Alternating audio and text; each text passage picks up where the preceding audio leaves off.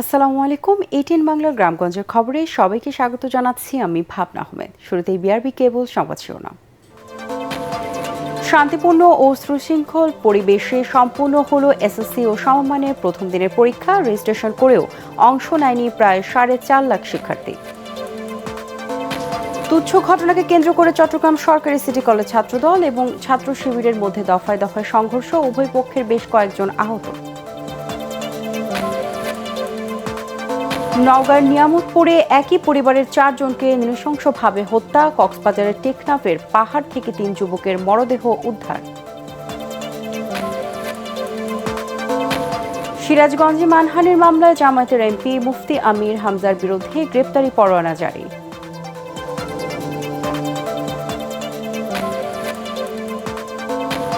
এবং কর্মপরিবেশের নিরাপত্তার দাবিতে রাজশাহী মেডিকেল কলেজ হাসপাতালে ইন্টার্ন চিকিৎসকদের কর্মবিরতি, দাবি মানা না হলে কঠোর কর্মসূচি। শুনছিলেন বিআরবি কেবল সংবাদ শিরোনাম, এবারে বিস্তারিত। শেষ হলো এসএসসি ও সমমানের প্রথম দিনের পরীক্ষা। মঙ্গলবার একযোগে দেশের 3,885 কেন্দ্রে পরীক্ষায় বসে শিক্ষার্থীরা। 9টি সাধারণ শিক্ষা বোর্ড এবং মাদ্রাসা ও কারিগরি বোর্ডের আওতায় পরীক্ষায় অংশ নিয়েছেন 18,57,344 জন শিক্ষার্থী। প্রথম দিনের পরীক্ষা শান্তিপূর্ণ ও সুশৃঙ্খল পরিবেশে সম্পন্ন হয়েছে বলে দাবি করেছেন শিক্ষামন্ত্রী নম এহসানুল হক মিলন। এদিকে প্রশ্নপত্র পরীক্ষার সার্বিক ব্যবস্থাপনা নিয়ে সন্তোষ জানান জীবনের প্রথম পাবলিক পরীক্ষায় অংশ নেওয়া শিক্ষার্থীরা। তবে রেজিস্ট্রেশন করেও প্রায় 4.5 লাখ শিক্ষার্থী পরীক্ষায় অংশ নেননি। তৌহিদুর রহমান, তুহি রিপোর্ট। জাতীয় নির্বাচন ও রমজানের কারণে এবছর মাসখানেক পিছিয়ে শুরু হলো এসএসসি ও সমমানের পরীক্ষা। মঙ্গলবার সকাল 10টায় শুরু হয় বর্তমান সরকারের অধীনে সবচেয়ে বড় পাবলিক পরীক্ষা। 9টি সাধারণ শিক্ষা বোর্ড এবং মাদ্রাসা ও কারিগরি বোর্ডের আওতায় পরীক্ষায় অংশ নেন 18,57,344 জন শিক্ষার্থী, যা আগের বছরের তুলনায় প্রায় 80,000 কম। এদিকে 2 বছর আগে নিয়মিত শিক্ষার্থী হিসেবে রেজিস্ট্রেশন করেও প্রায় 4.5 লাখ শিক্ষার্থী পরীক্ষায় অংশ নেননি। পরীক্ষা শুরুর ঠিক আগেই নগরীর রাস্তায় ছিল তীব্র যানজট। অভিভাবকদের অভিযোগ, যানজটের কারণে সকালে পরীক্ষা কেন্দ্রে আসতে পড়তে হয়েছে নানা ভোগান্তিতে। পরীক্ষার সময়সূচি নিয়ে বিকল্প চিন্তার পরামর্শও দেন অনেক অভিভাবক। ক্লাস 8-এ করোনাকালীন পরীক্ষার সময় পাইনি, অটো পাস দেওয়া হয়েছে। 9-এ তেমন পড়াশোনা হয়নি, আবার ক্লাস 10-এ বই 3 মাস পরে দেওয়া হয়েছে। ভালো মতন যদি পরীক্ষা দিতে পারে এই গরম আর কষ্ট মনে থাকবে না। অফিস টাইম এবং এই পরীক্ষার স্টুডেন্টদের একটা বিরাট চাপ। রাজারবাগ পুলিশ লাইনে এসে এত জাম, যে কারণে আমরা সিএনজি ছেড়ে দিয়ে হেঁটে আসতে বাধ্য হয়েছি। প্রথম দিনে ঢাকা ও মানিকগঞ্জের 5 কেন্দ্রে পরিদর্শনে যান শিক্ষামন্ত্রী নম এহসানুল হক মিলন। এ সময় অনিয়ম পেয়ে 2 কক্ষ পরিদর্শকের বিরুদ্ধে ব্যবস্থা নেওয়ার নির্দেশ দেন তিনি। পরে রাজধানীর আন্তর্জাতিক মাতৃভাষা ইনস্টিটিউটে ব্রিফিংয়ে মন্ত্রী দাবি করেন, প্রথম দিনের পরীক্ষা শান্তিপূর্ণ ও সুশৃঙ্খল পরিবেশে সম্পন্ন হয়েছে। সকল বোর্ডের চেয়ারম্যানগণ বলেছেন পরীক্ষা সুন্দর হচ্ছে, কোথাও কোনো অপ্রীতিকর ঘটনা ঘটেনি, প্রশ্ন আউটের কোনো সম্ভাবনা আদৌ নেই এবং হয়নি, এবং এই ধরনের কোনো আলোচনা নেই। প্রশ্ন ফাঁস করবে যারা, তারা যেই যন্ত্রটি ব্যবহার করে সেই যন্ত্রটিকে আবার কারেকশন করার লোকও তো রয়েছে। সাইবার ক্রাইম যেন আমার এই সেক্টরে না হয়, এটা আমার অনেক দিন ধরে পূর্ব প্রস্তুতি আমার ছিল। পরীক্ষা শেষে প্রশ্নপত্র সহ সার্বিক ব্যবস্থাপনা নিয়ে মিশ্র প্রতিক্রিয়া ছিল শিক্ষার্থীদের। আমরা পড়ে আসছি সেই অনুযায়ী সবই আমাদের কমন পড়ছে, আমাদের তাকানোর প্রয়োজনও হয় নাই। আর নকল তো ভাই দূরের কথা ভাই। কেন্দ্রের পরিবেশ ভালো ছিল, হ্যাঁ স্ট্রিট ছিল অনেক। ভিতরে ভালোই গার্ড দিছে, কেউ পিছিয়ে ঘুরতে পারে নাই, মানে যেমন দেওয়া উচিত তেমনই দিয়েছে।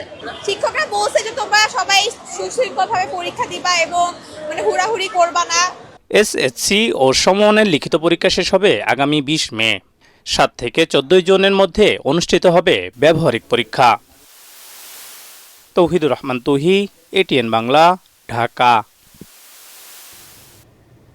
সারা দেশে শান্তিপূর্ণ পরিবেশে অনুষ্ঠিত হলো এসএসসি ও সমমানের প্রথম দিনের পরীক্ষা। চট্টগ্রামে এসএসসি পরীক্ষায় 218টি কেন্দ্রে 1,218টি শিক্ষা প্রতিষ্ঠানের শিক্ষার্থীরা অংশ নিচ্ছেন। চট্টগ্রাম বোর্ডে এবার মোট পরীক্ষার্থী 1,30,668 জন। পরীক্ষায় নকল প্রতিরোধে 10টি বিশেষ ভিজিল্যান্স টিম সহ মোট 76টি টিম কাজ করছে। বরিশাল শিক্ষা বোর্ডে অংশ নিচ্ছে মোট 81,831 জন শিক্ষার্থী। সকালে পরীক্ষা চলাকালে বরিশাল শিক্ষা বোর্ডের চেয়ারম্যান প্রফেসর ইউনুস আলী আকুন্দ সরকারি বালিকা উচ্চ বিদ্যালয় ও বরিশাল জেলা স্কুল সহ বিভিন্ন কেন্দ্র পরিদর্শন করেন। সুষ্ঠুভাবে পরীক্ষা সম্পন্ন করতে বরিশাল শিক্ষা বোর্ডে 80টি ভিজিলেন্স টিম গঠন করা হয়েছে। কুমিল্লা শিক্ষা বোর্ডের আওতায় 6 জেলায় 277টি কেন্দ্রে পরীক্ষা অনুষ্ঠিত হচ্ছে। সকালে কুমিল্লা জেলা স্কুল কেন্দ্র পরিদর্শন করেন বোর্ডের চেয়ারম্যান প্রফেসর শামসুল ইসলাম ও জেলা প্রশাসক রেজা হাসান। যশোরে এসএসসি ও সমমানের পরীক্ষায় 2572টি শিক্ষা প্রতিষ্ঠান থেকে 1,35,089 পরীক্ষার্থী অংশ নিচ্ছে। এর মধ্যে ছাত্র 66,928 জন ও ছাত্রী 68,161 জন। সিলেট শিক্ষা বোর্ডে এবার পরীক্ষার্থীর সংখ্যা 89,421 জন। মোট 973টি শিক্ষা প্রতিষ্ঠানের শিক্ষার্থীরা এই পরীক্ষায় অংশ নিচ্ছেন। ময়মনসিংহ শিক্ষা বোর্ডে এবছর 1,77,651 জন পরীক্ষার্থী অংশ নিচ্ছেন। এর মধ্যে 52,185 জন ছাত্রী ও 55,466 জন ছাত্র। পরীক্ষা চলাকালে নগরীর জেলা স্কুল কেন্দ্র সহ বিভিন্ন কেন্দ্র পরিদর্শন করেন বিভাগীয় কমিশনার ফারাহ শাম্মী ও বোর্ডের chairman professor doctor Mohammad Shahidullah. নওগাঁর নিয়ামতপুরে একই পরিবারের 4 জনকে নৃশংসভাবে হত্যা করেছে দুর্বৃত্তরা। ভোরে বাড়িতে ঢুকে তাদের হত্যা করা হয় বলে জানিয়েছে পুলিশ। স্বজনদের দাবি, জমি সংক্রান্ত বিরোধের জেরে এই হত্যাকাণ্ড। এই ঘটনায় একজনকে আটক করা হয়েছে। এদিকে কক্সবাজারের টেকনাফের বাহারছড়ার গহীনপাড়া থেকে 3 যুবকের মরদেহ উদ্ধার করেছে পুলিশ। ধারণা করা হচ্ছে অপহরণের পর তাদের হত্যা করা হয়। নওগাঁ ও কক্সবাজার প্রতিনিধির পাঠানো তথ্যচিত্রে আরও জানাচ্ছেন আসিফুর রহমান সাগর। স্থানীয়রা জানান, রাত 8:45টার দিকে রাতের খাবার খেয়ে পরিবারের সবাই ঘুমিয়ে পড়েন। হাবিবুর রহমান একা এক ঘরে, তার স্ত্রী ও 2 সন্তান এক ঘরে এবং বৃদ্ধ বাবা অন্য ঘরে শুয়েছিলেন। ভোরে হাবিবুরের পিতা ফজরের নামাজ পড়তে উঠে আঙিনায় ছেলে, ছেলের বউ ও নাতি নাতনিদের রক্তাক্ত দেহ পড়ে থাকতে দেখেন।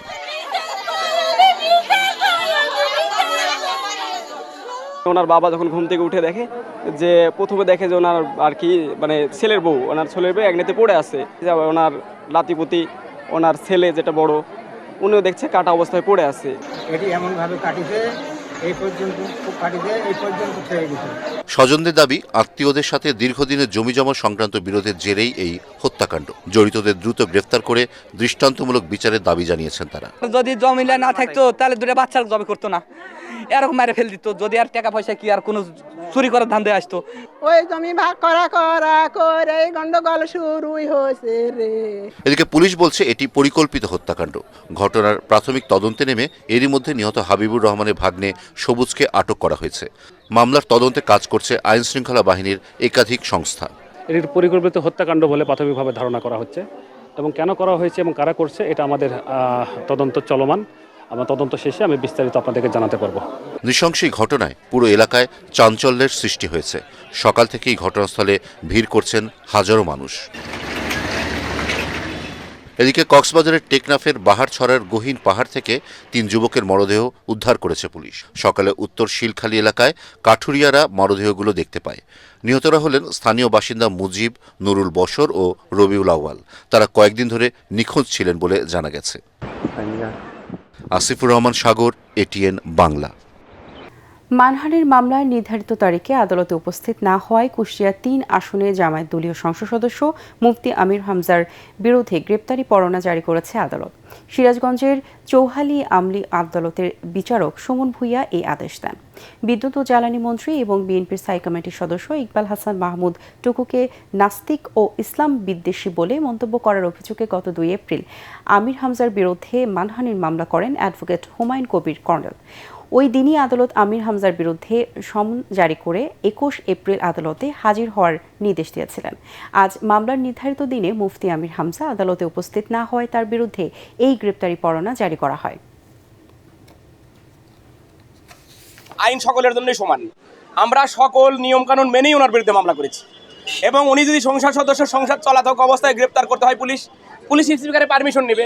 যেহেতু আদালতের গ্রেপ্তারি পরোয়ানা, এখানে অবশ্যই মাননীয় স্পিকার পারমিশন দেবেন। গত 24 ঘন্টায় সারা দেশে হাম ও হামের উপসর্গ নিয়ে আরও 3 জনের মৃত্যু হয়েছে। এর মধ্যে হামে আক্রান্ত হয়ে এক শিশু মারা গেছে বলে নিশ্চিত করেছে স্বাস্থ্য অধিদপ্তর। বাকি 2 জন মারা গেছে হামের উপসর্গ নিয়ে। স্বাস্থ্য অধিদপ্তরের হেলথ ইমার্জেন্সি অপারেশন সেন্টার ও কন্ট্রোল রুম থেকে এক বিজ্ঞপ্তিতে বলা হয়, গত 24 ঘন্টায় সারা দেশে হামের উপসর্গ দেখা গেছে 1159 জনের মধ্যে। এ নিয়ে মোট আক্রান্ত রোগীর সংখ্যা দাঁড়িয়েছে 25,935 জনে। চলতি বছর হামে আক্রান্ত হয়ে মোট মৃত্যুর সংখ্যা দাঁড়িয়েছে 38 জনে। সেই সঙ্গে সন্দেহজনক হাম রোগে মৃত্যুর সংখ্যা দাঁড়িয়েছে 185 জনে। 15 মার্চের পর থেকে এই পর্যন্ত নিশ্চিত হামে আক্রান্ত হয়েছে 3,805 জন। এ পর্যন্ত হাম সন্দেহে হাসপাতালে ভর্তি হয়েছে 17,085 জন এবং হাসপাতাল থেকে ছাড়া পেয়েছে 14,106 জন।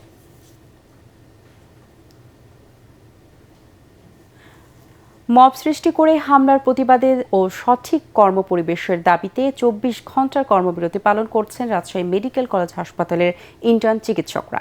সকাল 9টা থেকে এই কর্মবিরতি শুরু হয়। এরপর হাসপাতালের জরুরি বিভাগের সামনে মানববন্ধন করেন বিক্ষুব্ধরা। মানববন্ধন চলাকালে ইন্টার্ন চিকিৎসকরা জানান, গত রোববার রাতে হাসপাতালের 13 নম্বর ওয়ার্ডে 2 জন পুরুষ ইন্টার্ন চিকিৎসককে মব সৃষ্টি করে হেনস্থা করা হয়। এছাড়া গতকাল সোমবার সন্ধ্যায় 36 নম্বর ওয়ার্ডে এক নারী ইন্টার্ন চিকিৎসকও হেনস্থার শিকার হন। দাবি মানা না হলে কঠোর কর্মসূচি ঘোষণা করা হবে বলে জানিয়েছেন ইন্টার্ন ডক্টর সোসাইটির সভাপতি তানফির আহমেদ তৌকির।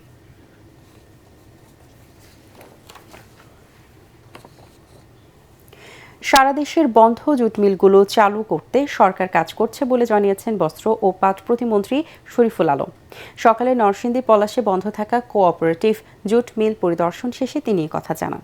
বিগত সরকারের সময়ে এই খাতে লুটপাট ও দুর্নীতি খতিয়ে দেখা হচ্ছে বলেও জানান তিনি। পরে পলাশ উপজেলার ঘোড়াশালে অবস্থিত বাংলাদেশ জুট মিল এবং প্রাণ ইন্ডাস্ট্রিয়াল পার্ক পরিদর্শন করেন প্রতিমন্ত্রী। বিজেএমসির চেয়ারম্যান ব্রিগেডিয়ার কবির উদ্দিন শিকদার সহ অন্যান্যরা এ সময় উপস্থিত ছিলেন। ভারতের পশ্চিমবঙ্গ রাজ্যের বিধানসভা নির্বাচনের কারণে লালমনিরহাটের বুড়িমারি স্থলবন্দর দিয়ে টানা 4 দিন আমদানি রপ্তানি কার্যক্রম বন্ধ থাকবে। এ সময় শুধুমাত্র জরুরি চিকিৎসা ভিসাধারী বাংলাদেশি সহ ভারতীয়রা ইমিগ্রেশন ব্যবহার করে যাতায়াত করতে পারবেন। ভারতের কোচবিহার জেলা ম্যাজিস্ট্রেটের জারি করা নিষেধাজ্ঞার আলোকে মঙ্গলবার থেকে বৃহস্পতিবার পর্যন্ত এবং শুক্রবার সাপ্তাহিক ছুটি থাকায় মোট 4 দিন বুড়িমারি ও চ্যাংরাবান্ধা স্থলবন্দরের মধ্যে আমদানি রপ্তানি বন্ধ রাখার সিদ্ধান্ত নেওয়া হয়।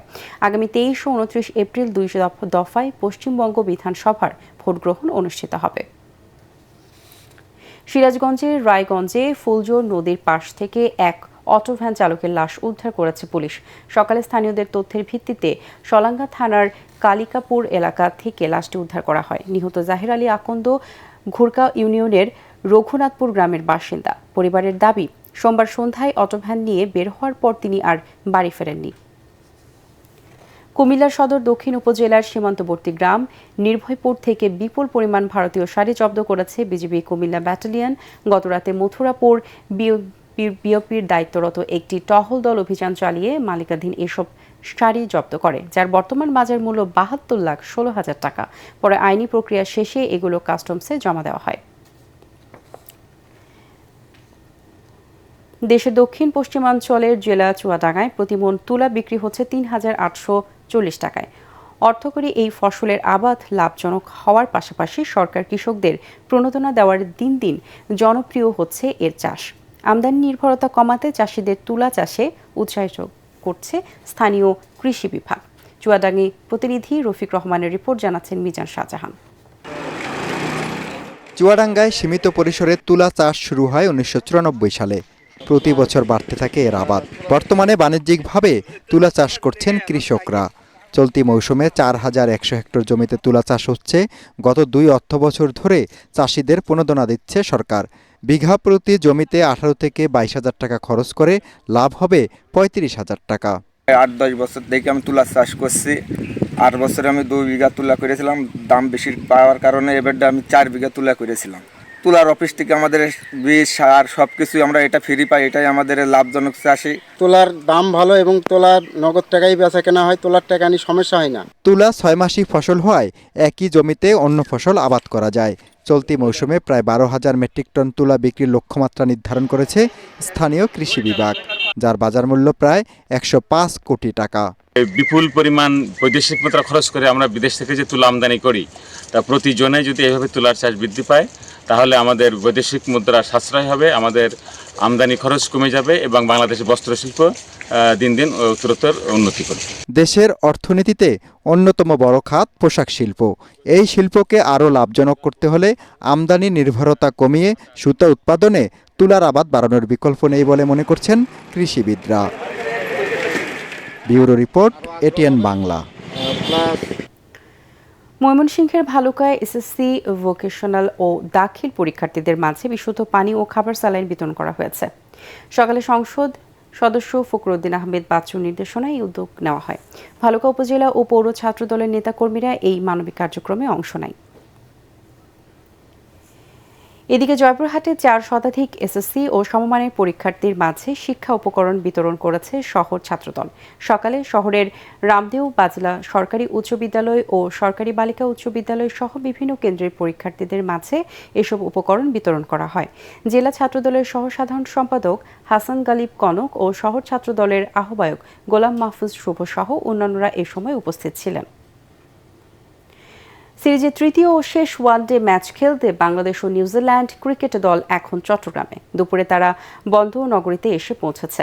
তবে কোনো দলই অনুশীলনে নামেনি। বিশ্রামে রয়েছে নগরীর 5 তারকা হোটেলে রয়েছে তারা। বুধবার অনুশীলনে নামবে। 3 ম্যাচ সিরিজের প্রথম ওয়ানডে ম্যাচে বাংলাদেশকে 26 রানে হারিয়ে এগিয়ে গিয়েছিল কিউইরা। আর দ্বিতীয় ম্যাচে তাদেরকে 6 উইকেটে পরাজিত করে সিরিজে সমতা ফেরায় টাইগাররা। তাতে তৃতীয় ওয়ানডে ম্যাচটি অলিখিত ফাইনালে পরিণত হয়েছে। শুক্রবার চট্টগ্রামে বীরশ্রেষ্ঠ ফ্লাইট লেফটেন্যান্ট মতিউর রহমান স্টেডিয়ামে খেলাটি শুরু হবে বেলা 11টায়।